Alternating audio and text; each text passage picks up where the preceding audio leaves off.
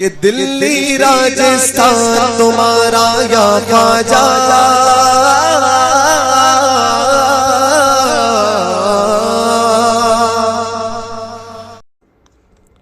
اعوذ باللہ من الشیطان الرجیم، بسم اللہ الرحمن الرحیم۔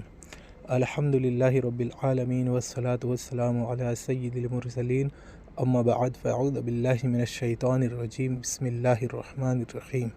السلام علیکم ورحمۃ اللہ وبرکاتہ و مغفرتہ۔ ہمارے تمام سنی بھائیوں، سب سے پہلے جو ڈیبیٹ ہوگی انشاءاللہ وہ اصول اور شرائط طے کر کے بات ہوگی، اور ہر کوئی یہاں پر جو دو ہے مدعی اور جو مدعا علیہ جو دونوں ہے وہ اپنے اپنے مسلک کے اپنے ہاں اب آ رہی ہمارا آواز آئی کلیئر؟ ہاں بالکل صحیح آ رہی ہے، وہابی کے کام یہاں پر مدعی اور مدعا علیہ جو بھی دونوں بھی ہے وہ اپنے اپنے مسلک کے پابند اور ترجمان ہے، ٹھیک ہے؟ تو لہٰذا جو مسلک کا دعویٰ ہے وہی دعویٰ یہاں پر پیش کیا جائے گا۔ اگر مسلک کا دعویٰ الگ نکلا تو پھر اکابر اور اصاغر پر فتویٰ لگانا ہوگا۔ اگر تمہارا تفرد کا دعویٰ کوئی بھی حجت شرعی نہیں ہوتا۔ دوسری بات یہ ہے کہ جو بات ہے وہ 3 منٹ ہوگی، پہلی ٹرن مدعی کی ہوگی اور لاسٹ ٹرن بھی مدعی کی ہوگی۔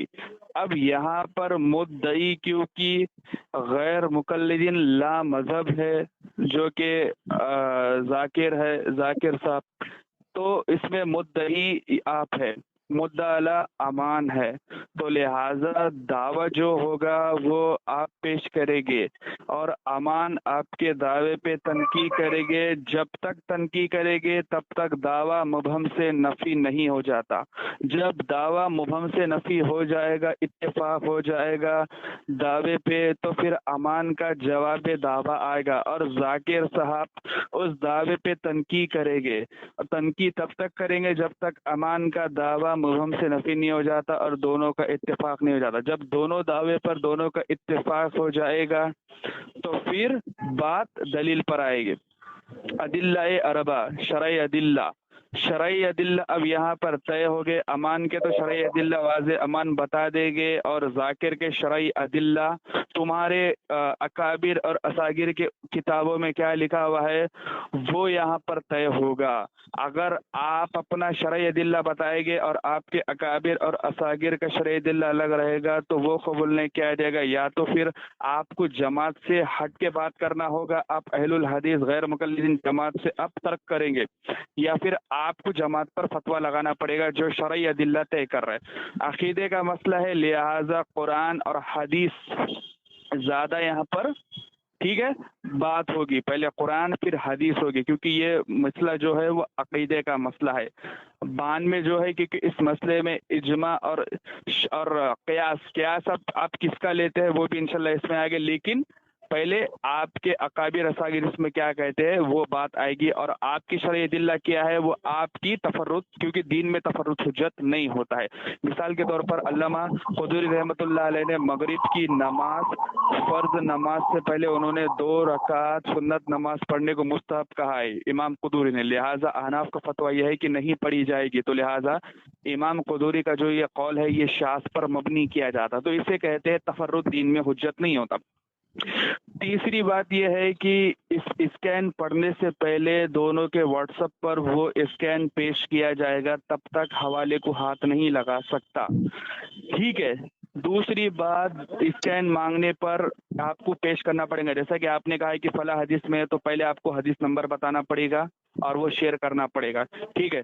اگر امان نے کسی راوی پر جرح کر دی تو جرح کا جواب اصول حدیث کی روشنی میں دیا جائے گا، ٹھیک ہے نا؟ تو تب تک نہیں دیا جائے گا، کیونکہ غیر مقلدین کے جو نظریات ہے وہ قرآن اور حدیث ہے، جیسے کہ جناگڑھی نے طریق محمد کے پیج نمبر 40 پہ لکھا ہے، تو لہٰذا آپ اپنے اصول سے بات کریں گے، دونوں بھی اپنے اپنے اصولوں کا پابند رہیں گا، اصولوں سے جو ہٹے گا اس کی شکست تسلیم کی جائے گی۔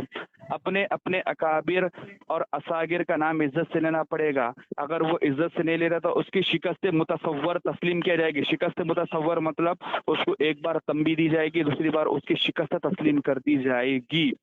ٹھیک ہے، یہ ہو گئی اصولاً گفتگو. اب امان اور آپ دونوں بات کرے، اور جو میں نے بات کیا اس کو مد نظر رکھتے ہوئے اب اس شرائط پر تبصرہ کرے. تب تک میں کام کرتا ہوں. امان اسٹارٹ، ذاکر اسٹارٹ. چلیے آپ اپنے اصول تو بتائیں، کتنے اصول ہیں مقلد کے؟ تو کیا کہتے ہیں ذاکر صاحب، چلیے منہج و ماخذ پیش کریے اپنا. نہیں، اپنے پہلے اصول بتائے نا، آپ نے تو بتایا تھا. مدعی آپ ہیں تو ہر چیز آپ پہلے پیش کریں گے. کیا کہیں گے مدعی؟ اب آپ یہاں اپنا پر منہج و ماخذ بتائیں، پھر میں اپنا منہج و ماخذ بتاؤں، پھر آپ نے اپنا دعویٰ بتائیں، میں جواب دعویٰ بتاؤں. اس طریقے سے بات ہوگی.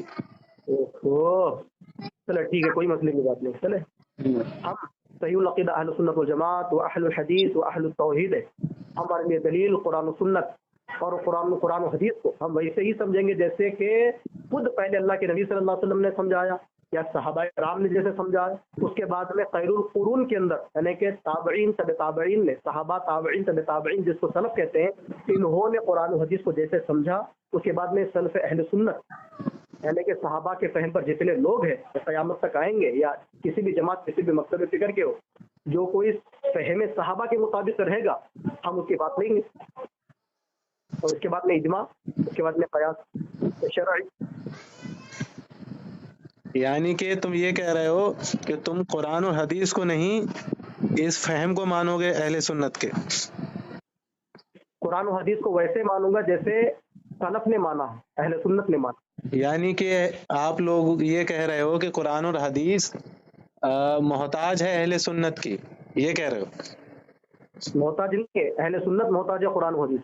تو پھر تم تو قرآن و حدیث کو ماننے والے ہو نا، پھر اہل سنت کا نام کیوں لے رہے ہو؟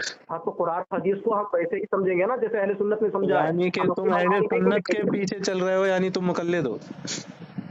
تو امام ابو حنیفہ کو ثابت کرو پہلے مقلد.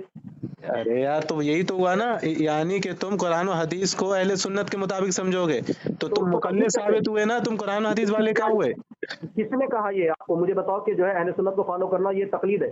ہاں اب یہ میں بات بتا رہا ہوں. دوسری طرف لے کر جا رہے ہو. کہتے ہیں سنو، تمہارے ثناء اللہ امرتسری نے لکھا ہے کہ بغیر دلیل کسی کی بات ماننا یہ تقلید ہے. تو اگر تم اہل سنت قرآن حدیث کو چھوڑ کے اہل سنت کی مانو گے تو پھر یہ تقلید ہو گئی، تو مقلد مشرک ہو گئے تمہارے گھر سے. یہ کس نے کہا؟ اگر تم یہ کہو گے نہیں میں ان کے حساب سے سمجھوں گا، تو یعنی کہ تم یہ کہہ رہے ہو کہ قرآن اور حدیث میں مطلب قرآن اور حدیث میں وہ چیز نہیں ہے موجود جو اہل سنت سمجھا رہے ہیں. یعنی کہ قرآن اور حدیث کو تم نہیں سمجھ رہے ہو، اہل سنت کی بات کو سمجھ رہے ہو. یعنی اللہ نے قرآن میں واضح نہیں کیا ہے کچھ بھی، سارا کچھ اہل سنت بتا رہے ہیں، یعنی تم یہ کہہ رہے ہو. کیوں بھائی، کیا کہنا کیا چاہتے ہو وہ بتاؤ. پھر سے ماخذ پیش کرو اپنا. نہیں ابھی میں بتاؤں گا، ہو گئی تو اس کی بات بتاؤں گا نا. ہاں بتاؤ. چل ایک منٹ میں بتا رہا، پہلے دلیل تو ڈال.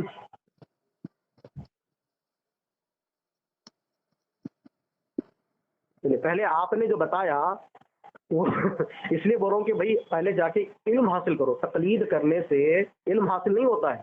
قرآن مجید میں اللہ نے شرط لگائی ہے. کیا شرط لگائی معلوم ہے؟ سورہ بقرہ سورہ نمبر 2 آیت نمبر 137 میں فَإِنْ آمَنُوا بِمِثْلِ مَا آمَنْتُمْ بِهِ فَقَدِ اهْتَدَوْا. اگر تم لوگ ایمان لائے، جس طرح کے صحابہ کے بارے میں کہا جا رہا ہے صحابہ ایمان لائے، ویسے ایمان لانے کے لیے کہا گیا. تو ہم کہہ رہے ہیں کہ قرآن و حدیث کو ہم ویسے ہی سمجھیں گے صحابہ نے سمجھے. تو دلیل ہوئی یہ تقلید کہاں سے ہوئی؟ یعنی اللہ کی بات ماننا تقلید ہے. اس لیے بولا پڑھ کے لکھ کے آتے تو اس طرح کی حرکتیں نہ کرتے. ایک بات یہاں دلیل. اور کیا فرما رہے ہیں اللہ تعالیٰ؟ فَإِنْ آمَنُوا بِمِثْلِ مَا آمَنْتُمْ بِهِ فَقَدِ اهْتَدَوْا. اگر تم لوگ ایمان لائے جس طرح صحابہ ایمان لائے تو ہدایت والے راستے پر. وَإِنْ تَوَلَّوْا. اگر ان کے راستے سے ہٹ گئے انما هم فی شقاق، تو اللہ تم کو جماعتوں میں اور فرقوں میں بانٹ کے چھوڑے گا. ایک دلیل. دوسری دلیل سورہ نساء سورہ نمبر 4 آیت نمبر 115. اللہ تعالیٰ کیا فرماتے ہیں؟ وَمَن يُشَاقِقِ الرَّسُولَ مِن بَعْدِ مَا تَبَيَّنَ لَهُ الْهُدَى وَيَتَّبِعْ غَيْرَ سَبِيلِ الْمُؤْمِنِينَ نُوَلِّهِ مَا تَوَلَّىٰ وَنُصْلِهِ جَهَنَّمَ وَسَاءَتْ مَصِيرًا. جو کوئی مومنین کا راستہ چھوڑے گا، اللہ کہہ رہا ہے مومنین کے راستے پہ چلو، اور تم کہہ رہے مومنین کا راستہ کرنا تقلید ہے. تو پھر امام ابو حنیفہ مومنین کے راستے پہ نہیں چلتے تھے، امام شافعی امام مالک نہیں تھے. کسی نے ایک اہل سنت نے ان کے بارے میں نہیں لکھا کہ یہ مقلد تھے. نہ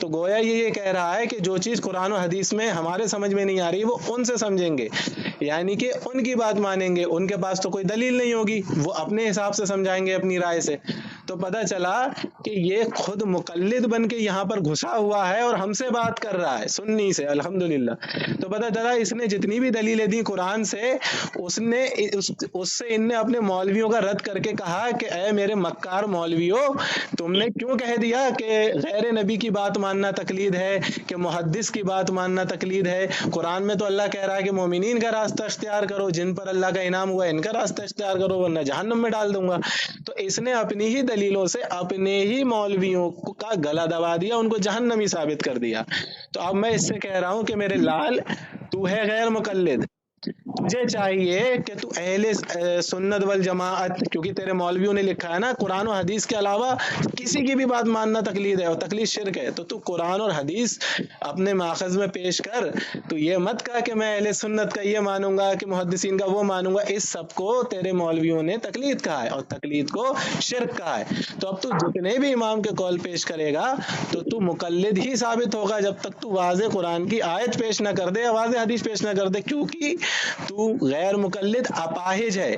تجھے تیرے فرقے نے پورا لولا لنگڑا کر کے چھوڑ دیا ہے، اپاہج کر کے چھوڑ دیا ہے. تیرے اندر کچھ نہیں ہے کہ تو کسی بھی امام کا یا تفسیر کا سہارا لے سکے، کیونکہ انہوں نے مکمل کہہ دیا کہ کسی کی بھی بات ماننا تقلید ہے سوائے قرآن اور حدیث کے. تو تجھے چاہیے، جو تو نے اپنی ہی دلیلوں سے اپنے ہی مولویوں کا رد کر دیا ہے، ان کو مشرک بھی بنا دیا، کافر بھی بنا دیا، اور قرآن اور حدیث کے خلاف وہ جا رہے ہیں جہنم میں، یہ بھی بنا دیا. تو اپنا دعویٰ پھر سے پیش کر. للہ دیکھیے اتنی دیر اس نے گفتگو کی، جاہل نہیں ہے مگر اس کو معلوم ہی نہیں کہ تقلید کس چڑیا کا نام ہے. یہ کس چڑیا کا نام ہے یہ تقلید؟ اس کے گھر سے پیش کی ہے میں نے. تقلید کسے کہتے ہیں؟ اس کے گھر سے. دلیل میرے ذمہ، جھوٹ مت بول. میں تمہارے بیچ میں بولا کیوں اتنا بڑبڑاہٹ کا شکار بند؟ جس کے پاس دلیل نہیں ہوتی وہ اسی طرح ذلیل ہوتا ہے بار بار. ان کو چاہیے تھا کہ یہ اپنے ٹائم پہ اپنے کچھ تو ماخذ پیش کرتے، اپنے کچھ تو دلائل پیش کرتے. اور میں اعلان کرتا ہوں اس اندھک جاہل مقلد کو کہ مقلد کا کوئی شرعی دلیل نہیں ہے. مقلد کا ایک ہی دلیل ہے، وہ ہے بنا دلیل والی بات ماننا. کیا ہے؟ اور یہ اپاہج ہے، یہ لگڑا ہے، یہ لولا ہے، یہ اندھا ہے، یہ بہرا ہے، کیونکہ اس کا ایک بنیاد ہے بنا دلیل والی بات ماننا. بنا دلیل والی بات مانے تو ہی یہ مقلد ہے، ورنہ سلف میں، صحابہ میں، تابعین میں، اہل سنت و جماعت کی چاہے عقائد کی کتاب لے لو، چاہے اصول کی کتابیں لے لو، کسی نے یہ نہیں لکھا کہ قرآن پر عمل کرنے والے کو مقلد کہا گیا، حدیث پر عمل کرنے والے کو مقلد کہا گیا، اجماع پر عمل کرنے والے کو مقلد کہا گیا. مقلد وہ ہوتا ہے جو کہ بنا دلیل والی بات پر عمل کرتا ہے. تو اپائج کون ہوا؟ مقلد اپائج ہوا. اچھا، بڑی بات یہ ہے کہ یہ کہتے ہیں کہ تقلید کے بغیر کوئی چارہ نہیں، اور یہ تو تقلید کا اتنا رٹا لگاتے کہ تقلید کے بغیر کوئی چارہ نہیں. تمہارے امام پورا چارہ کھا گئے، بغیر تقلید کے وہ مجتہد بن گئے. تمہارے امام نے تو قرآن و حدیث سے کوئی تقلید کو ثابت ہی نہیں کیا، اور نہ ان کے شاگردوں نے ثابت کیا. تم کرو گے تقلید کے اوپر بات، تم تقلید کو ثابت کرو گے. تمہارے امام جس کو تم امام اعظم، انہوں نے نہ کوئی تقلید کو ثابت کرنے کے لیے کوئی آیت پیش کی، نہ کوئی واضح حدیث سے انہوں نے استدلال کیا، نہ ان کے شاگردوں نے بتایا. اچھا، بڑی بات یہ ہے مقلد کے لیے اتنی افسوس والی بات ہے کہ جس کی تقلید کر رہا ہے نا، وہ خود کچھ تو بتانا تقلید کے بارے میں، کچھ تو بتانا تقلید کے بارے میں کہ ہاں تقلید کے بارے میں کچھ بھی نہیں بتایا. اب یہ جب ان کو ثابت کرنا ہوتا ہے تو یہ غیر مقلد بن جاتے ہیں. جب ان کو تقلید ثابت کرنا ہوتا ہے تو یہ قرآن کے، اور دلیل دینے والا مقلد نہیں ہوتا ہے، دلیل دینے والا مقلد ہوتا ہے. اچھا، پھر دوسرا انہوں نے ہم پر یہ بولا کہ تم غیر مقلد ہو. غیر مقلد تو امام ابو حنیفہ بھی ہے. انہی کے کسی حنفی نے، نام لینا نہیں چاہ رہا ہوں، ان کے بڑے معتبر، جس کو جو ہے سو بڑا لقب ملا، انہوں نے لکھا کہ سب سے پہلے غیر مقلد امام ابو حنیفہ ہے. بلکہ تو ان کو معلوم نہیں بیچاروں کو، پھر یہ ہم کو کہہ رہے غیر مقلد بول کے ہمارے. ارے یار، ہم امام ابو حنیفہ، امام شافعی، امام مالک، امام احمد بن حنبل، ان کے مقابلے میں کہا ہمارے علماء. ان کی وہ بات کو ہم نہیں لیں گے جو قرآن و سنت کے خلاف ہے. تو ہمارے علماء کی بات پیش کر کے تم کیا ثابت کرنا چاہ رہے ہو؟ مقلد ثابت کرنا چاہ رہے ہو، جبکہ تم خود کہتے ہو غیر مقلد، اور ہمارے ہی علماء کے تم ہم کو یہ ڈالتے ہو، تو ہم کو مقلد سمجھ سکتا ہے. اور میں جتنے بھی سامعین دلائل پیش کروں گا انشاءاللہ ثم انشاءاللہ، یا تو صحابہ کے رہیں گے، یا تو تابعین کے رہیں گے، یا تو تبع تابعین کے رہیں گے، یا تو اجماع اہل سنت رہے گا انشاءاللہ تعالی. ہاں اس کے لیے ہم دلیل بنائیں گے کیونکہ ہمارے پاس دلیل ہے. ہاں کیونکہ ہم متبع سنت ہے، ہم اپنے آپ کو بولتے ہیں ہم متبع سنت ہے. اچھا یہ بول رہے ہیں کہ اچھا ان کے پاس اصول میں کیا لکھا معلوم ہے؟ اصول کھڑکی، ان کی مشہور کتاب ہے اصول کھڑکی. ہاں اس کے اندر لکھا ہوا ہے کہ قرآن کی بھی آیت آ جائے، حدیث رسول بھی آ جائے، کس کے خلاف؟ امام صاحب کے فتوے کے خلاف. وہ فتویٰ جو بنا دلیل والا ہے اس فتوے کے خلاف آئے گی تو قرآن کی آیت کو بھی جو ہے سو منسوخ کر دیا جائے گا، اور حدیث آئے گی تو حدیث پر بھی تعویل کر دی جائے گی، یا قرآن کی آیت پر بھی تعویل کر دی جائے گی. یہ ان کے اصولوں میں لکھا ہوا ہے. اور یہ ہم کو بتاتے ہیں بھائی ہم نے اصول بنایا قرآن و سنت کو، اور پہلے ہی ہم نے صاف اور کلیئر بتا دیا کہ بھائی ہم قرآن و سنت کو ویسے ہی سمجھیں گے جیسے اللہ کے نبی نے سمجھایا ہے، جیسے صحابہ کرام نے سمجھایا ہے، جیسے تابعین تبع تابعین نے سمجھایا. اور ہم کو پہلے ہی ائمہ و سلف نے تعلیم دے دی کہ ہماری بات اگر قرآن سے ٹکرائے تو ہماری بات کو چھوڑ دو، ہماری بات اگر حدیث رسول سے ٹکرائے تو ہماری بات کو چھوڑ دو، ہماری بات اگر صحابہ سے ٹکرائے تو ہماری بات کو چھوڑ دو. یہ ہم کو سلف نے اہل سنت والجماعت نے تعلیم دے دی ہے. وہ تعلیم دینے کے بعد اگر تو حنفی کچھ بول دے، شافعی کچھ بول دے، کہ ہمارے علماء میں سے کوئی جو ہے کچھ بول دے تو اس کی بات کی کوئی ویلیو ہے؟ اس کی بات کی ویلیو نہیں لکھی جائے گی. اگر وہ پکڑ کے بیٹھو گے تو پوروں کو صرف خالی فتوے لگانے میں تمہارا پوری زندگی نکل جائے گی، سمجھے؟ کیونکہ ایسی عبارتیں تمہارے پاس ہے، وہ عبارتوں کو جب تم بھی دفاع نہیں کر پاؤ گے یا ہم بھی دفاع نہیں کر پائیں گے. اس لیے ہم کیا بولیں گے اطیعوا اللہ و اطیعوا الرسول. اس کو ویسے ہی کرنا ہے جیسے صحابہ نے اور اہل سنت نے جیسا بتایا ہم ویسے بس.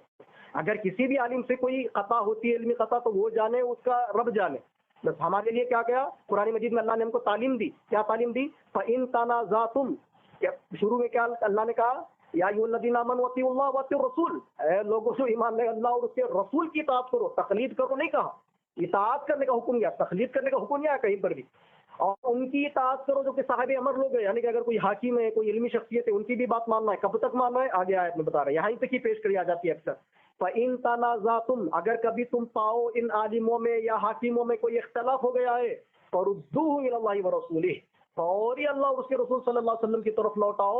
ان کنتم تؤمنون باللہ والیوم الآخر، اگر تم واقعی اللہ پر ایمان رکھتے ہو اور آخرت پر ایمان رکھتے ہو. ذالک خیر و احسن تاویلا، یہی تمہارے لیے بہتر ہے اگر تم سمجھنے کی کوشش کرو.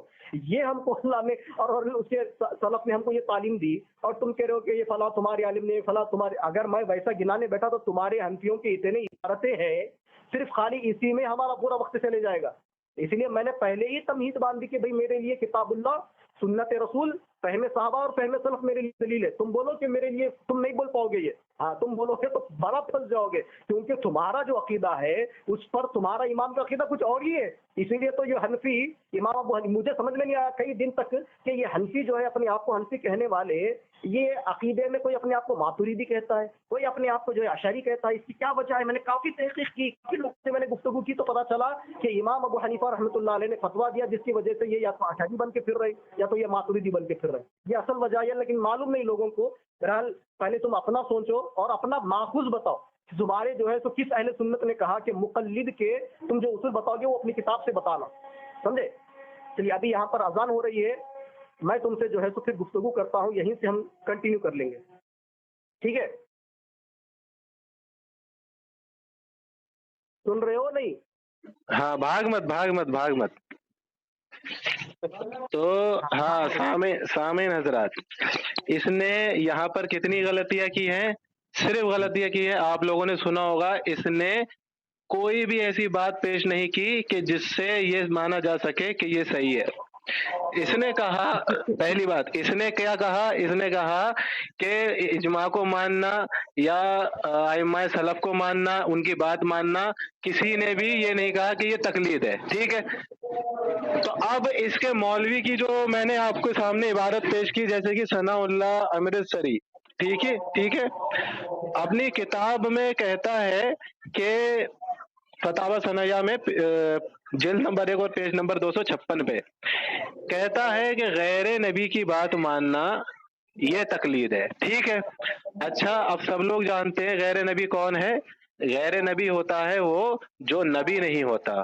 ٹھیک ہے، وہ ہوتا ہے غیر نبی، صحابہ اور سب۔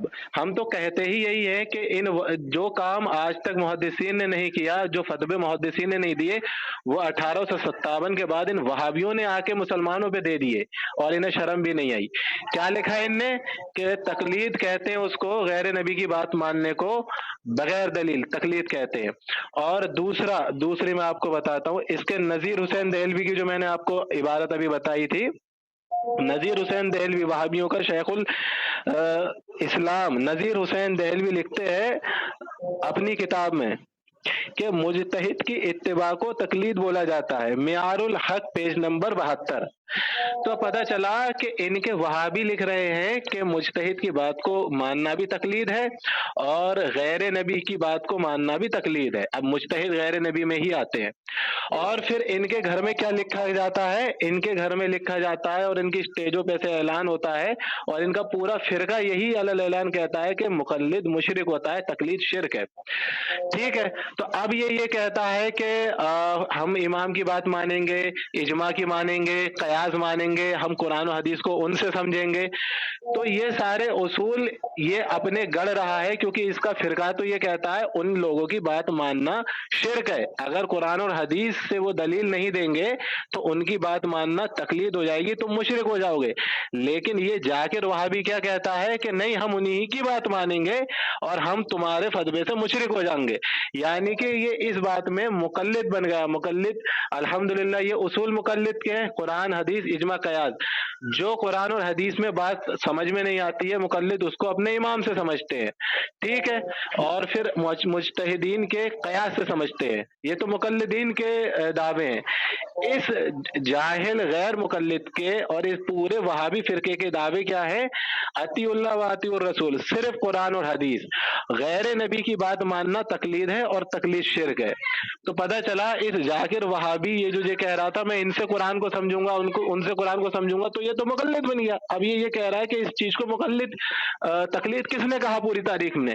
تو وہی تو میں کہہ رہا ہوں، تیرے فرقے نے کہا ہے تو وہابی ہے، تیرے فرقے نے کہہ ڈالا، تجھے یہی پتہ نہیں ہے۔ تو مقلدیت میں مت گھس، تو تقلید میں مت گھس، پکڑا جائے گا۔ الحمدللہ ہم تجھے نکال کے باہر پھینکیں گے۔ تو وہابی بھی کہہ رہا ہے اپنے آپ کو، اور تو مقلد بھی بن رہا ہے، اپنے اس میں ماخذ میں کیا پیش کر رہا ہے؟ قرآن حدیث اجماع قیاس شرعی، یعنی کہ ہم محدثین کی بھی بات مانیں گے۔ تیرا نذیر حسین دہلوی کہتا ہے کہ یہ تقلید ہے، تیرا ثناء اللہ امرتسری کہتا ہے یہ تقلید ہے، تیرے سارے وہابی کہتے ہیں تقلید شرک ہے، طالب الرحمان شرک کہتا ہے، اور ذاکر نائک حرام کہتا ہے، جو دل میں آتے ہیں تم لوگ وہ کرتے ہو۔ تو پتہ چلا اللہ رب العزت نے ارشاد فرمایا کہ مومنین کا راستہ جس نے چھوڑا اس کو ہم جہنم میں داخل کریں گے، اور سورہ فاتحہ میں اللہ رب العزت ارشاد فرماتا ہے کہ ان کا راستہ اختیار، اے اللہ ہمیں ان کا راستہ چلا جن پر تیرا انعام نازل ہوا۔ تو یہ وہابی کہتے ہیں کہ نہیں، صرف قرآن حدیث، کیونکہ غیر نبی کی بات کو بغیر قرآن اور حدیث ماننا تقلید ہے، تقلید شرک ہے۔ تو اللہ رب العزت کی بات کا کس نے انکار کیا؟ ان وہابیوں نے، اور یہ خود ہی الٹا دلیل دے رہا ہے۔ تو یہ خود ہی دلیل دے کے اور اپنے ہی وہابیوں کو کافر بنا رہا ہے، گستاخ بنا رہا ہے اور جہنمی بنا رہا ہے۔ اب کہہ رہا ہے کہ امام اعظم رحمۃ اللہ تعالیٰ علیہ وہ مقلد تھے یا مجتہد تھے، کیا تھے؟ کیونکہ وہ تو کسی کی تقلید نہیں کرتے تھے، انہیں مقلد ثابت کر دو کہ فلاں امام کیا تھے۔ ابے گھامڑو، ابے بے وقوف ہو، یہ سب تو مجتہد تھے، سارے لوگوں کو تو ان کی بات ماننا ہے۔ کیونکہ تیرے وہ کیا کہتے ہیں، ثناء اللہ امرتسری نے جو لکھا ہے، ٹھیک ہے، وہ تو لکھا ہے علامہ شاہ ولی اللہ رحمت اللہ علیہ فرماتے ہیں کہ ان چاروں فقہ پہ عمل کرنا ہی ہے، اس کے علاوہ کوئی اور چارہ نہیں ہے۔ کون فرماتا ہے؟ علامہ شاہ ولی اللہ رحمت اللہ تعالی علیہ فرماتے ہیں کہ ان چاروں فقہ پہ عمل کرنا ہی ہے، اس کے علاوہ کوئی دوسرا راستہ نہیں ہے۔ وہ فرماتے ہیں کہ ان چاروں کے علاوہ کوئی اور ہے ہی نہیں کہ جس پہ عمل کیا جا سکے، کوئی اور چارہ ہی نہیں ہے۔ تو وہ تو فقیہ تھے۔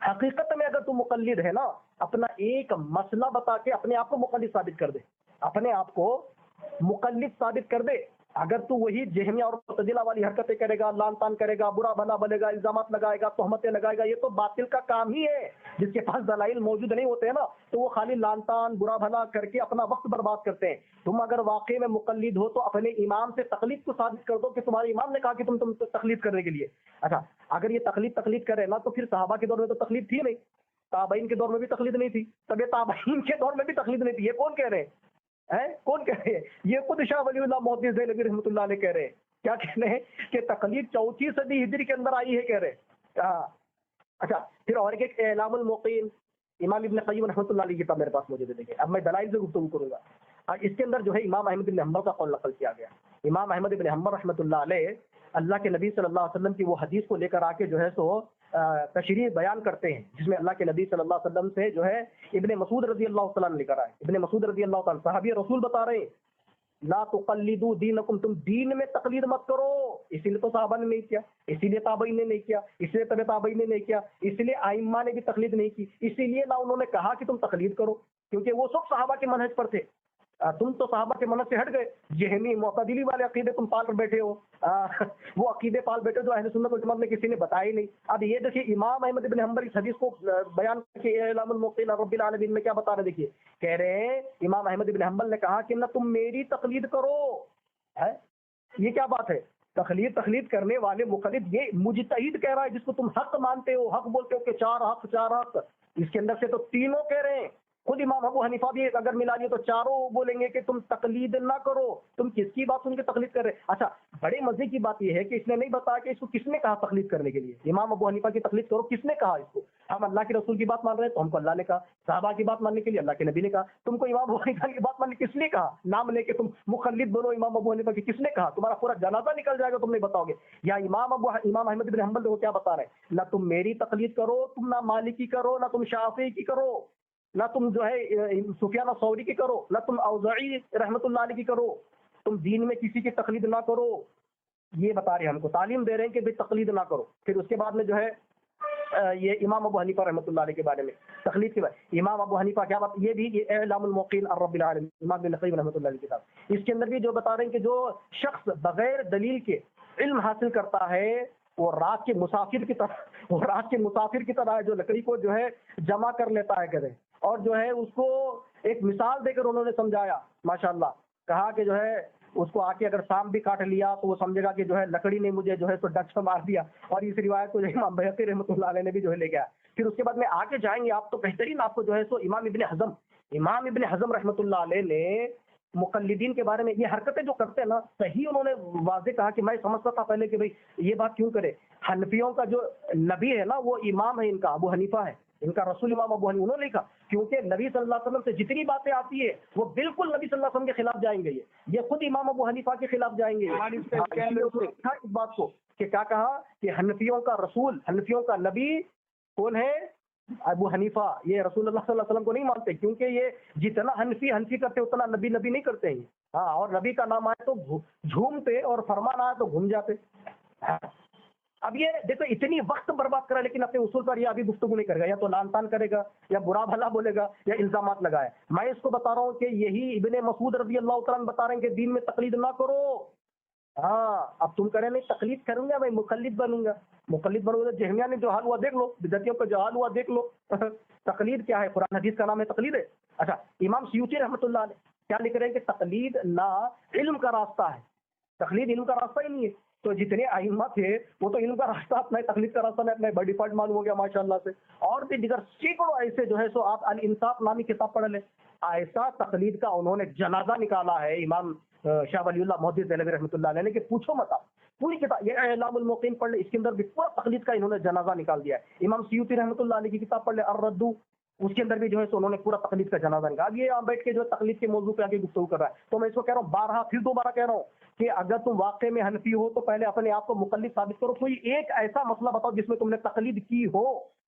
سن لیے سامعین، یہ کیسے بھاگے گا ابھی کہ وہ مسئلہ ان کو بتانا ہے جس میں یہ تقلید کیے ہو۔ چلیے وہ مسئلہ بتائیں اور اپنی بات شروع کریں اور اپنے ماخذ بتائیں۔ اگر ابھی آپ نے ماخذ نہیں بتایا، ایسے ہی 40-50 منٹ آپ نے برباد کر دیے۔ ہاں،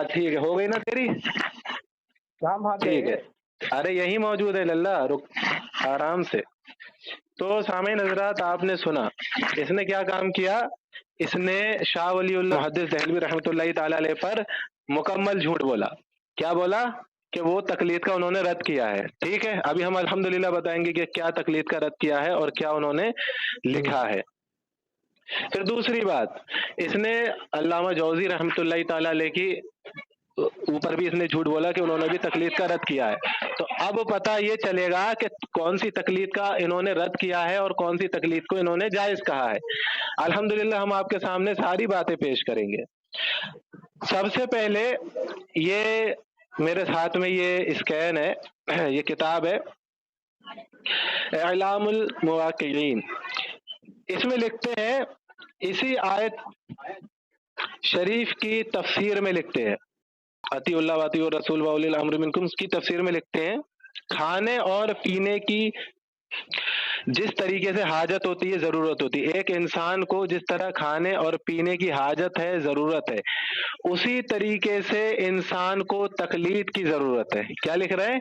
تقلید کی ضرورت ہے۔ اسی کی جلد 1 صفحہ نمبر 30۔ اب یہاں لکھتے ہیں، صحابہ اکرام رضی اللہ عنہ میں بھی مفتی حضرات تھے کہ جو وہ ان سے مسائل پوچھا کرتے تھے قرآن اور حدیث ہونے کے باوجود، یعنی وہ ان کی تقلید کرتے تھے۔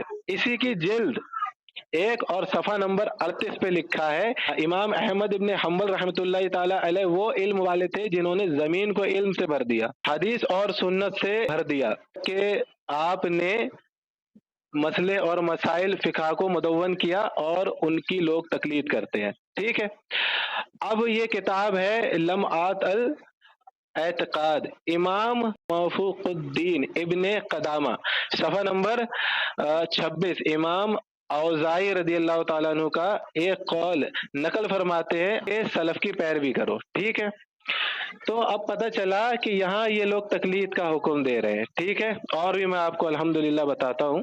امام احمد بن علی الرازی رحمۃ اللہ تعالی علیہ الفصل فی الاصول جلد 4 اور صفحہ نمبر 281 پہ لکھتے ہیں تقلید جائز ہے۔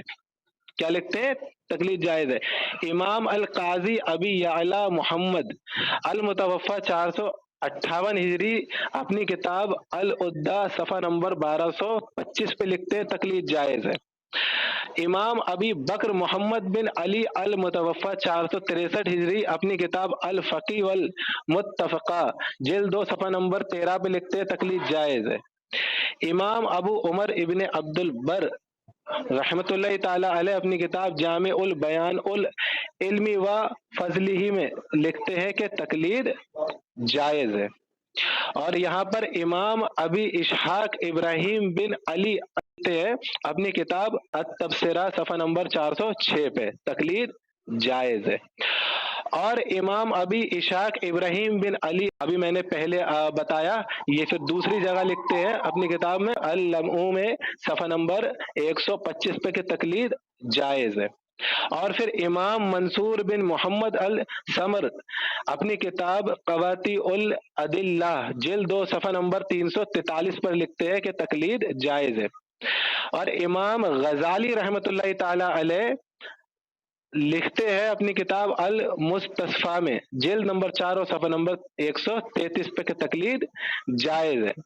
امام ابن قدامہ رحمۃ اللہ تعالی علیہ لکھتے ہیں اپنی کتاب میں روضۃ الناظر صفحہ نمبر 436 اور 37 پہ کہ تقلید جائز ہے۔ اور امام علی بن محمد العامدی وہ اپنی کتاب الاحکام جلد نمبر 4 اور صفحہ نمبر 250 پہ لکھتے ہیں تقلید جائز ہے۔ امام القاضی ناصر الدین البیضاوی اپنی کتاب نیات الصول صفحہ نمبر 404 پہ لکھتے ہیں تقلید جائز ہے۔ اور امام احمد بن حمدان الحرہ اپنی کتاب صفت الفتاوی صفحہ نمبر 53 پہ لکھتے ہیں کہ تقلید جائز ہے۔ اور امام نجیم الدین ابی ربیعت طوفی لکھتے ہیں اپنی کتاب شرح مختصر روضہ جلد نمبر 2 پہ لکھتے ہیں کہ تقلید جائز ہے۔ امام جلال الدین ابی محمد لکھتے ہیں اپنی کتاب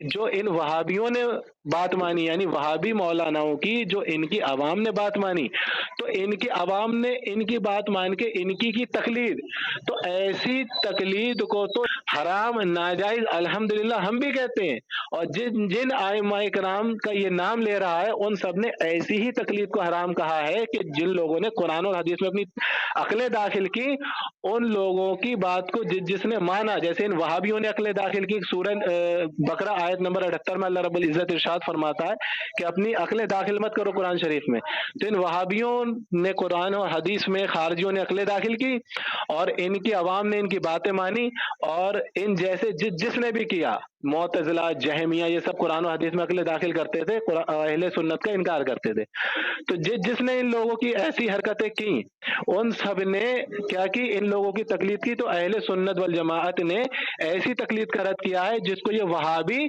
کن پہ تھوپ رہا ہے، ان پہ تھوپ رہا ہے جو امام احمد ابن حنبل رحمۃ اللہ علیہ، امام شافعی رحمۃ اللہ علیہ، امام مالک رحمۃ اللہ علیہ، امام اعظم رحمۃ اللہ علیہ، جو لوگ ان کی تقلید کرتے ہیں ان پہ تھوپ رہا ہے۔ حضرت غوث اعظم رحمۃ اللہ علیہ اپنی کتاب غنیت الطالبین میں ارشاد فرماتے ہیں کہ جو امام اعظم کے مسلک پہ ہے اس کو کوئی شافعی نہ ٹوکے، اور جو امام شافعی کے مسلک پہ اس کو کوئی حنفی نہ ٹوکے، اور امام غوث پاک رحمۃ اللہ علیہ خود حنبلی تھے۔ تو پتہ چلا کہ یہ جو وہابی ہے، یہ وہابی کیا کرتا ہے، یہ وہابی اس تقلید کو اس تقلید پہ مارتا ہے۔ حضرت عبداللہ ابن مسعود رضی اللہ تعالیٰ عنہ نے جو فرمایا دین میں تقلید مت کرو، تو ایسی تقلید کو منع کیا ہے جیسے یہ وہابی اپنے مولویوں کی کرتے ہیں، خارجیوں کی کرتے تھے، معتزلہ اور جہمیہ ایک دوسرے کی کرتے تھے، اس تقلید کو منع کیا ہے۔ نبی کریم صلی اللہ علیہ وسلم نے ارشاد فرمایا جماعت کے ساتھ ہو جاؤ، اور شاہ ولی اللہ محدث دہلوی رحمۃ اللہ علیہ فرماتے ہیں کہ ان چاروں کے علاوہ کوئی فقہ نہیں ہے، یہاں تک کہ ان وہابیوں کے نذیر حسین دہلوی نے بھی یہ لکھا کہ اگر مجھے ضرورت پڑتی ہے قرآن و حدیث کے علاوہ مسئلے میں تو میں امام اعظم رحمۃ اللہ علیہ کے مسئلے پر ہی عمل کرتا ہوں۔ وہابیوں نے اپنی کتابوں میں لکھا کہ ان پہ اجماع ہو چکا ہے کہ یہ چار فقہ مدون ہے، تو اور غوث پاک رحمۃ اللہ علیہ فرماتے ہیں کہ اگر کوئی ایک کو پکڑ کے چل رہا ہے، سن پہلے، کوئی ایک کو پکڑ کے چل رہا ہے تو دوسرا اسے نہ ٹوکے، تو پتہ چلا یہ وہابی صرف سنیوں کو گمراہ کرتے ہیں۔ تو یہ وہابی تھا، سن پہلے، یہ وہابی تھا، یہ غیر مقلد ہو کے، سن لے یار، سن لے، آرام سے سن لے، یہ وہابی تھا، یہ غیر مقلد ہو کے سنیوں میں گھسنے کی کوشش کر رہا تھا مقلد بننے کی، اور تقلید کے نام پر ائمہ اکرام پہ جھوٹ بول کر کون سی تقلید کو کہاں ملا رہا تھا، الحمدللہ ہم نے پکڑ کے آپ کے سامنے کیا ہے، اور جتنے اسکین کے میں نے نام لیے الحمدللہ وہ سارے اسکین ہمارے پاس موجود ہیں۔ اور سن اپنے سن لے، اپنے آپ کو یہاں یہ ثابت کر کہ تو غیر مقلد ہے کہ مقلد ہے، کیا ہے تو وہ بتا پہلے۔ 12 منٹ ہو گئے، اب یہ 12 منٹ کے اوپر بھی چلے گی بات، لیکن یہ محاشے کیا بولے، میں نے کہا نا ان کو 2 مرتبہ کہا، کیا کہا، یہ تقلید کو کبھی حنبلی بن جائے گا تقلید ثابت کرنے کے لیے، کبھی یہ شافعی بن جائے گا تقلید ثابت کرنے کے لیے، لیکن حنفی سے تقلید ثابت نہیں کرے گا یہ۔ امام ابو حنیفہ سے میں نے کہا ثابت کر دے، نہیں کرا، یعنی میری بات بالکل صحیح نکلی، یہ مر جائے گا لیکن امام ابو حنیفہ سے تقلید ثابت نہیں کرے گا۔ ارے جس کی تقلید کر رہے ہو انہوں نے وہ بتانا چاہیے نا کہ میری تقلید کرو، انہوں نے تو کچھ کہا ہی نہیں۔ اور یہ جو بڑی ڈینگے مارا جاہل اعظم، کوئی حوالہ دیا اس میں کہ یہ جو ابن مسعود رضی اللہ تعالیٰ نے وہ جو تقلید کے بارے میں کہا وہ تقلید ہے، یہ تقلید ہے، کوئی دلیل نہیں۔ اگر وہ بات صحیح ہوتی نا تو ان کے امام صاحب بتا دینا خفی تقلید کے بارے میں، نہیں بتائے۔ اگر وہ تقلید صحیح ہوتی تو جھوٹ بول رہا ہے، ابن حنبل رحمۃ اللہ علیہ بتا دیتے کہ تقلید کرو، وہ تو الٹا روک رہے ہیں تقلید سے نہ، اس نے جو ہے اپنے آپ کو مقلد ثابت کیا۔ میں نے 2 مرتبہ اس کو کہا، میں نے اس کو 2 مرتبہ کہا کہ اپنے آپ کو مقلد حنفی ثابت کر دو، اور ایک ایسا مسئلہ بتا کہ تم نے تقلید کی، وہ اس نے نہیں بتایا۔ دوسری ٹرم میں بھی بتایا میں نے اس کو کہ بھائی تو اپنے آپ کو ثابت کر اپنے امام سے کہ تیرے امام نے تجھے کہا کہ تقلید کر، وہ نہیں ثابت کر پایا۔ اب دیکھیے میں آپ کو بتاتا ہوں ابطال قیاس الرائے، ہاں ابطال قیاس الرائے امام ابن حزم رحمۃ اللہ علیہ کی کتاب ہے۔ ابن حزم گمراہ آدمی ہے، اس کی پیش مت کر۔ یہ رے اہل سنت والجماعت ہے، تم کو معلوم نہ گمراہ آدمی ہے، اس کی پیش مت کر۔ تم کو نہیں معلوم نا اس بارے میں۔ ابن حزم گمراہ آدمی ہے، اس کی پیش مت کر یہاں پر، اس کی پیش کر جس کو تو بھی مانتا ہے اور ہم بھی مانتے ہیں۔ ابن حزم کو پیش مت کر یہاں پر۔ ہاں انہوں نے ایسا جنازہ نکالا ہے نا، پوچھو مت۔ چلیے ابن حزم کو پیش مت کر کیونکہ ابن حزم خود گمراہ آدمی تھا، وہ کوئی اہل سنت والجماعت سے نہیں تھا۔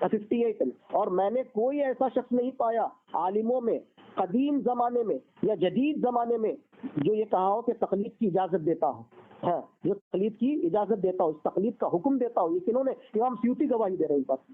اس کے بعد میں آگے چل کر دیکھو کیا بتا رہے ہیں۔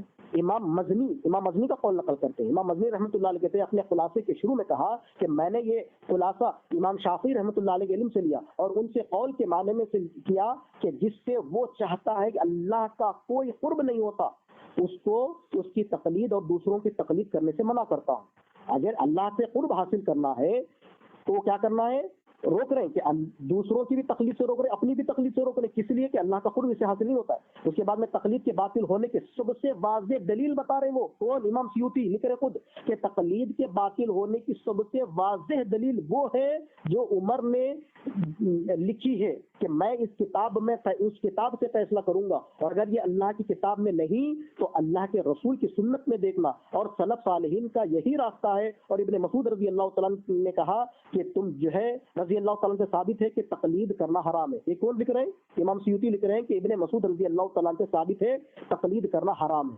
ٹھیک ہے، پھر اس کے بعد میں امام زہبی کا انہوں نے یہاں پر ذکر کیا، امام زہبی رحمۃ اللہ علیہ اور امام ابو جعفر بن جریر الطبری رحمۃ اللہ علیہ، جتنے لوگوں نے کہا وہ مجتہدین تھے، وہ کسی کی تقلید نہیں کرتے تھے، بتا رہے امام طبری رحمۃ اللہ علیہ، امام ابو جعفر طحاوی، یہ کسی کی تقلید نہیں کرتے تھے، بتا رہے امام سیوطی رحمۃ اللہ علیہ کرے۔ اور اس کے بعد میں امام ابن عبد البر، یہ بھی جو ہے سو کہہ رہے ہیں کہ بھائی امام دارقطنی رحمۃ اللہ علیہ کے شیخ اپنے شیخ سے جو ہے وہ نقل کر رہے ہیں، کہہ رہے ہیں کہ بھائی دین میں تقلید نہ کرو۔ امام ابن جریر کے ساتھیوں میں سے ایک ہی کی سوانح حیات کہا کہ وہ کسی کی تقلید نہیں کرتے تھے، وہ پوری ان کی سوانح حیات پڑھتے تھے اور کہتے تھے کہ وہ کسی کی تقلید نہیں کرتے تھے، امام ابن جریر۔ پھر اس کے بعد جلال الدین سیوطی رحمۃ اللہ علیہ القاسم بن سلام کیا کہتے ہیں تحقیق کرنے والے تھے اور کسی کی تقلید کرنے والے نہیں تھے۔ القاسم بن سلام وہ تحقیق کرنے والے تھے، تقلید کرنے والے تھے۔ اس کے بعد میں امام ابن سبکی کی اپنی سوانح حیات پوری عمر میں عمر قاسم محمد بن سیار القرطبی نے لکھا کہ اس نے دلیل پر غور کرا، اس پہ فکر کرو، اصول کی پیروی کرو اور تقلید مت کرو، اور تقلید سے منع کیا۔ دیکھیے کتنے، پھر اس کے بعد میں یہی جواب دوں، اتنے دلائل ہے ماشاءاللہ، پڑھتے جاؤں گا تو پھر جو ہے سو تمہاری تقلید کا سروناش ہو جائے گا۔ اس لیے کہہ رہا ہوں کہ بھائی ثابت کرنا ہے تو صحابہ سے ثابت کرو۔ اب میں صحابہ سے آپ کو جو ہے تقلید سے جو ہے منع کی دلیل دیتا ہوں، لیکن اب اس کو میں نے کہا رکو تو اس نے نہیں رکا، اب میں بھی جو ہے سو صحابہ کرام سے جو ہے کہہ رہے ہیں یہ تقلید کیا ہے، کسی کی رائے کو ماننا تقلید ہے۔ اب یہ جو ہے صحابی رسول دیکھیے ابن عباس رضی اللہ تعالیٰ کیا ہے کہ وہ کہہ رہے ہیں سنن الدارمی کے اندر، قریب ہے کہ تم پر آسمان سے پتھر برسے، میں تم سے کہتا ہوں رسول اللہ صلی اللہ علیہ وسلم نے فرمایا، اور تم کہتے ہو کہ ابو بکر اور عمر نے کہا، یعنی کہ اللہ کے رسول کے مد مقابلے میں یا ابو بکر اور عمر کی بات مانی جائے گی، اللہ کے رسول کی بات مانی جائے گی۔ یہاں تو نہ ابو بکر، نہ عمر، نہ عثمان، نہ علی، نہ صحابہ، نہ تابعین، یہاں تو سیدھا امام ابو حنیفہ کی بات کو تبدیل دی جائے گی، ان کو چھوڑ دیا جائے گا۔ اس کے بعد عبداللہ بن مسعود رضی اللہ تعالیٰ کہتے ہیں کہ کسی چیز کی پیروی تم پر فرض کی گئی وہ ہے کتاب اللہ اور سنت رسول، یہ تم کو پر فرض کیا گیا ہے، پر کسی کی انبھکتی اور تقلید کی فرض نہیں ہوا ہے۔ اس کے بعد میں یہ فتح الباری کے اندر ہے۔ اس کے بعد میں سنن ابو داؤد کے اندر علی بن ابی طالب رضی اللہ تعالیٰ اگر دین رائے سے ہوتا تو کیا فرما رہے، رائے پر عمل کرنا ہی تقلید ہے۔ اب یہ رائے کا دیکھو کیسا جنازہ نکالتے صحابی، کہتے ہیں اگر دین رائے سے ہوتا تو وہ موضوع کے پیچھے مسا کرنا اور اوپر سے بہتر ہوتا، یعنی کہ اگر دین میں تقلید ہوتی ہے، اگر سوچ بولتے نا تقلید رائے دینا، تو وہ نیچے سے نہیں بلکہ اوپر سے مسا کر، لیکن میں نے رسول اللہ صلی اللہ علیہ وسلم کو اوپر سے مسا کرتے ہوئے دیکھا ہے، بتا رہے مطلب رائے کوئی نہیں۔ پھر اس کے بعد میں عبداللہ بن عمر یہ کہہ رہے ہیں کہ کسی انسان کی بات کو مت مانو جب تک کہ اس کی بات کا اصل یعنی سند نہ دیکھ لو۔ امام شافعی رحمۃ اللہ علیہ اپنے مسند الشافعی میں نقل کر رہے۔ پھر اس کے بعد میں ابو داؤد رضی اللہ تعالیٰ پھر یہ کیا فرمایا، خوف کرو اس سے کہ کہیں تم اپنے علماء کو معبود نہ بنا لو۔ تفسیر ابن کثیر سورہ توبہ کے آیت نمبر 31 کے بارے میں۔ اس کے بعد میں معاذ بن جبل رضی اللہ تعالیٰ دیکھو، معاذ بن جبل رضی اللہ تعالیٰ کہہ رہے ہیں میں اللہ کی کتاب سے فیصلہ کروں گا، اگر نہ ملے تو رسول اللہ صلی اللہ علیہ وسلم کی سنت سے، اگر وہاں بھی نہ ملے تو اجتہاد کروں گا اور اپنی رائے سے کام مل رہا ہے۔ یعنی کہ یہاں پر کیا بتایا، تقلید کا ذکر ہی نہیں ہے یہاں پر، اس زمانے میں تقلید تھی نہیں۔ اس کے بعد ابو سعید خدری رضی اللہ تعالیٰ یہ بھی بتا رہے کہ ہم نبی صلی اللہ علیہ وسلم کے بعد صرف وہی کی اتباع کرتے تھے، کسی بشر کی تقلید نہیں کرتے تھے۔ دیکھیں اس کے بعد میں پھر صحابہ کے بعد تابعین کا دور میں امام حسن بصری رحمۃ اللہ علیہ، امام حسن بصری رحمۃ اللہ علیہ جامع البیان والعلم کے اندر کیا بتا رہے ہیں؟ اپنے دین میں لوگوں کی تقلید نہ کرو کیونکہ وہ خطا سے محفوظ نہیں ہے۔ حسن بصری رحمۃ اللہ علیہ کس کی بات بتاؤ؟ تابعی کی، اور تم کس کی بات پیش کر رہے تھے؟ تقلید کو ثابت کر، میں وہاں سے تقلید رد کر رہا ہوں، اس کا مطلب نکلا ہے اس زمانے میں نہیں تھی، بعد میں لوگوں نے جو ہے اس کو ایجاد کیا، جیسا کہ امام شاہ ولی اللہ نے جو ہے سو کہا کہ بھائی 4 صدی ہجری میں پیدا ہوا اس کا۔ اس کے بعد ابراہیم نقی رحمۃ اللہ علیہ، ابراہیم نقی رحمۃ اللہ علیہ کہہ رہے ہیں کہ جب علماء میں اختلاف ہو تو وہ کتاب و سنت کی طرف رجوع کرے نہ کہ تقلید کی طرف۔ اس کے بعد امام عامر الشعبی رحمۃ اللہ علیہ یہ بتاتے ہیں، یہ کیا بتا، لوگوں کی باتوں کو چھوڑ دو، صرف کتاب اللہ اور سنت رسول صلی اللہ علیہ وسلم کو لازم پکڑ لو۔ پھر اس کے بعد میں عطا بن ابی رباح رحمۃ اللہ علیہ، جس کے پاس حدیث نہ ہو وہ رائے نہ دے۔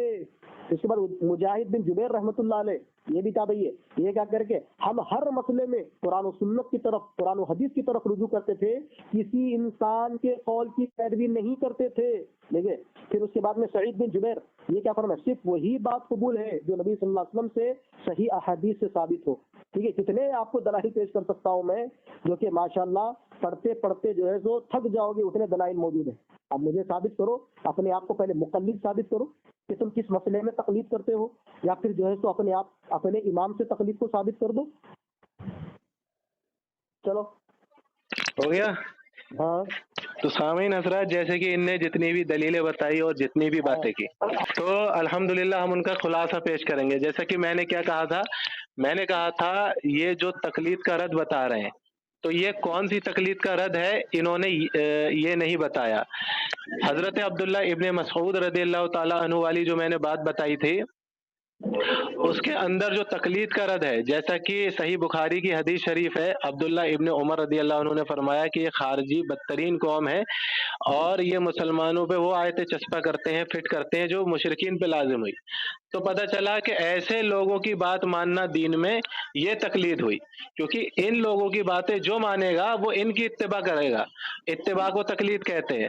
تو ان کی جو بات مانے گا وہ ان کی اتباع کرے گا، ان کی تقلید کرے گا، ٹھیک ہے؟ ہاں، اتباع کو تقلید کہتے ہیں۔ تو خاموش رہے، میں بتاؤں گا نا، دلیل میرے ذمہ میں، تیری طرح میں بنا دلیل بات نہیں کرتا۔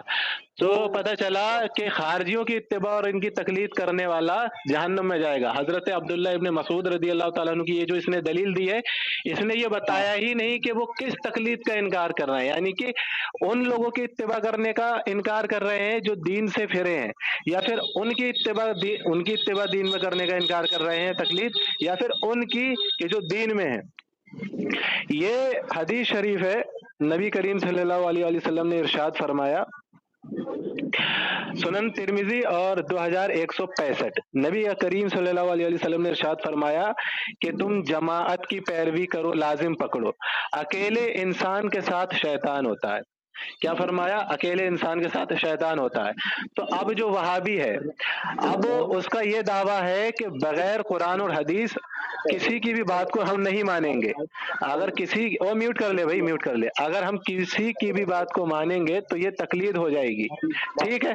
تو اب وہابی کیا ہے؟ قرآن اور حدیث ہے، اور وہابی اکیلا ہے۔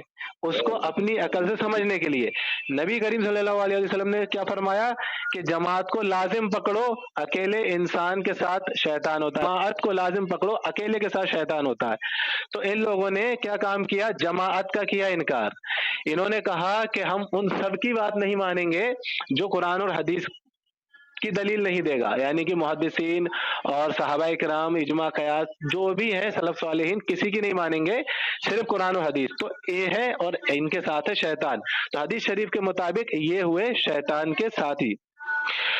اور نبی کریم صلی اللہ علیہ وسلم کی نے امت کے لیے دعا فرمائی، امت پر یکتا عذاب نہیں آئے گا، امت پہ گمراہ سرداروں کا خطرہ ہوگا، امت میں قیامت تک کا اختلاف۔ یہ نبی کریم صلی اللہ علیہ وسلم نے ارشاد فرمایا، یہ حدیث شریف ہے 4252، اور حدیث شریف ہے یہ سنن ابی داؤد کی۔ نبی کریم صلی اللہ علیہ وسلم نے ارشاد فرمایا کہ میری ایک جماعت ہمیشہ حق پر رہے گی، کبھی الحمدللہ اسے کوئی نقصان نہیں پہنچا سکے گا۔ کیا فرمایا؟ جماعت۔ جماعت کون ہوتا ہے؟ کون ہوتی ہے؟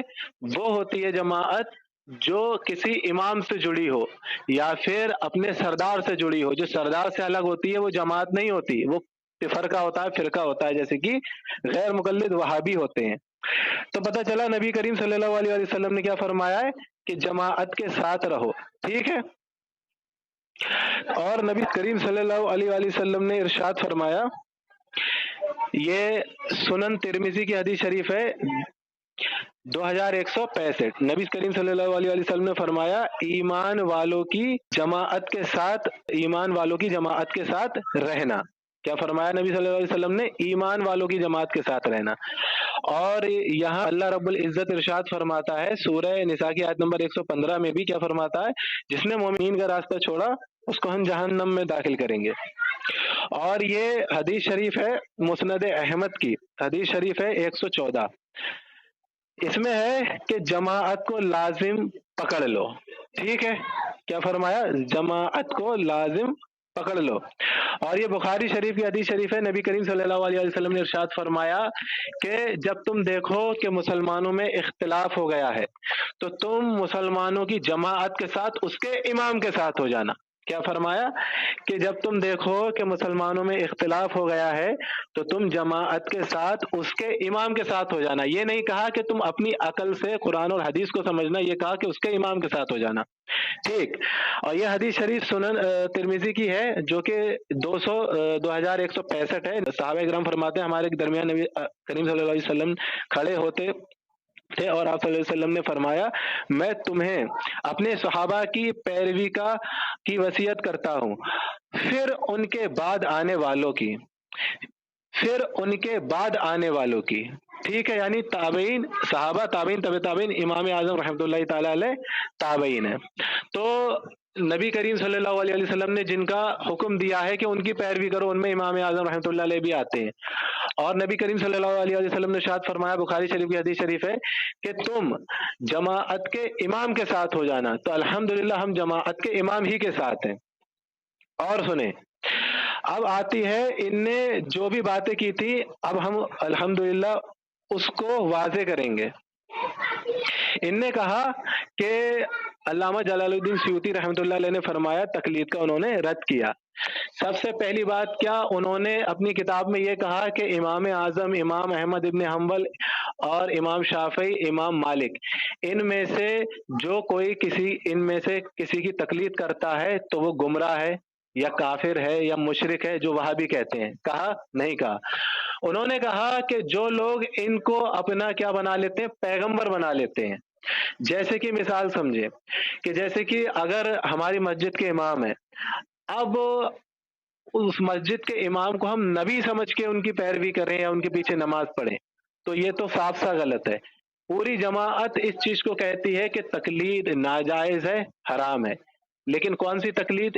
جیسا کہ ائمہ کرام نے فرمایا اور جیسا کہ حدیث شریف میں بھی آیا ہے کہ ان لوگوں کی تقلید مت کرو کہ جو لوگ گمراہی پھیلاتے ہیں، ان لوگوں کی تقلید مت کرو. اپنی کتاب میں لکھتے ہیں، کیا فرماتے ہیں کہ 4 کے علاوہ کوئی مذہبی نہیں ہے، کچھ ہے ہی نہیں. شافعی، مالکی، حنبلی اور حنفی، اس کے علاوہ کوئی ہے ہی نہیں. چونکہ ان وہابیوں نے نکالا 5واں اہل حدیث، اہل خبیث. ہم اپنی عقل سے قرآن اور حدیث کو سمجھیں گے تو وہ فرماتے ہیں کہ 4 کے علاوہ کوئی ہے ہی نہیں. تو اب پتہ چلا کہ ان 4 میں سے 4 کو چھوڑ کے کوئی شخص ان وہابیوں کے پیچھے ان کی تقلید کرتا ہے تو یہ تقلید شرک یا حرام ہوگی. وہ نہیں ہوگی جو شافعی بنے گا، مالکی بنے گا، حنبلی بنے گا. یہاں تو ہم نے الحمدللہ نام لے کے اسلاف سے دکھایا ہے، ائمہ کرام سے دکھایا ہے، نام لے کے کہ امام اعظم کی پیروی کرو، امام احمد ابن حنبل کی پیروی کرو. ان نے کیا دلیلیں دی ہیں؟ ان نے صرف یہ دلیلیں دی ہیں کہ تم تقلید مت کرو، تم قرآن و حدیث سے دلیل ڈھونڈو کہ تم تقلید یہ ہے، تقلید غلط ہے. تقلید، ارے ہم بھی مانتے ہیں غلط ہے، لیکن یہ بھی تو بتا ساتھ میں کون سی تقلید غلط ہے. اور کہہ رہا میں اتنے حوالے دوں گا بہت. ارے تم کیا حوالے دو گے؟ ہم تو تم سے زیادہ حوالے دیں گے کہ تقلید غلط ہے.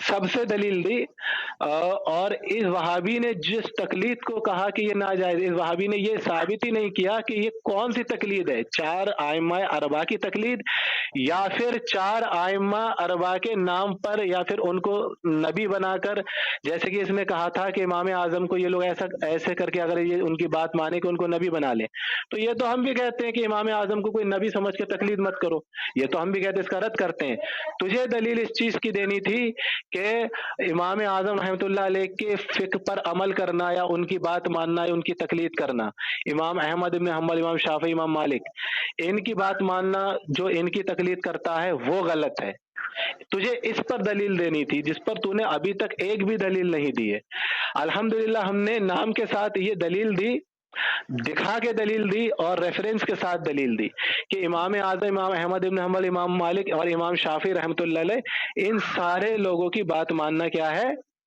تقلید ہے، اور یہ تقلید جائز ہے۔ اور حدیث شریف میں بھی نبی کریم صلی اللہ علیہ وسلم نے کیا فرمایا کہ ایمان والوں کی جماعت کے ساتھ ہو جاؤ اور ان کے امام کے ساتھ ہو جاؤ۔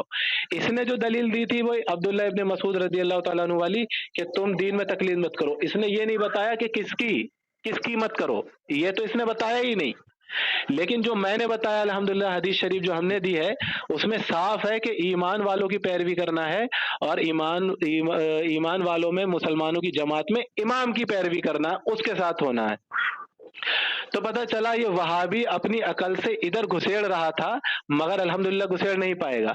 اور یہ بھی چیز واضح ہو جاتی ہے یہاں پر کہ یہ شروع میں کہہ رہا تھا کہ دیکھو اللہ پر فرماتا ہے قرآن میں مومنین کا راستہ اختیار کرو، اللہ فرماتا ہے قرآن میں تم ان کی اتباع کرو، اور بعد میں کیا کر رہا ہے امام، وہ فلاں امام فرماتے ہیں کہ تقلید مت کرو، اتباع مت کرو، ڈائریکٹ قرآن و حدیث سے سمجھو، وہ کہتے ہیں کہ وہ ڈائریکٹ قرآن و حدیث پڑھو، بعد میں یہ دلیلیں دے رہا ہے، یعنی اپنی ہی باتوں میں یہ خود پھنس رہا ہے۔ اب سب سے پوائنٹ کی بات سامعین حضرات جو ہے وہ یہ ہے، سب سے پوائنٹ کی بات یہ ہے کہ اس وہابی سے اب یہ پوچھا جائے گا کیا نبی کریم صلی اللہ علیہ وآلہ وسلم نے فرمایا کہ تم ایمان والوں کی تقلید نہ کرو؟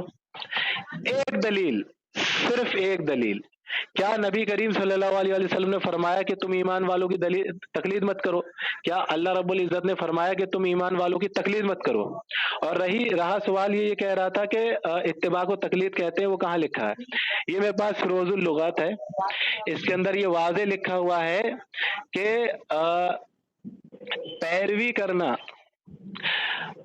کرنا اتباع، ان دونوں کو تقلید کہتے ہیں، یعنی کہ پیروی، اتباع اور تقلید یہ دونوں سے، یہ تینوں سیم ہے۔ یہ فروز اللغات میرے ہاتھ میں کتاب ہے، اس میں یہاں پر لکھا ہوا ہے۔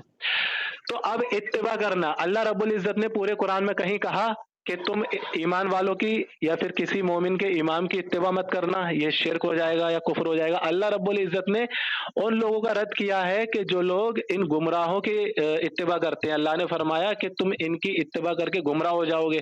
تو یہ ان لوگوں کے بارے میں کہا کہ جو لوگ غلط لوگوں کی پیروی کرتے ہیں۔ اللہ رب العزت نے ایک بھی آیت میں کہیں بھی کہا کہ تم ایمان والے کی اتباع مت کرنا ورنہ تم گمراہ ہو جاؤ گے؟ کیا نبی کریم صلی اللہ علیہ وسلم نے یہ فرمایا کہ تم کسی ایمان والے امام کی پیروی مت کرنا، تم گمراہ ہو جاؤ گے؟ جبکہ نبی کریم صلی اللہ علیہ وسلم نے ارشاد فرمایا، بخاری شریف کی حدیث شریف ہے کہ تم جب فرقہ دیکھو، اختلاف دیکھو، تو پھر تم کیا کرنا کہ تم کیا کرنا، مسلمانوں کی جماعت کے اس کے امام کے ساتھ ہو جانا۔ اچھا، اب اس چیز کو ہم سمجھتے ہیں۔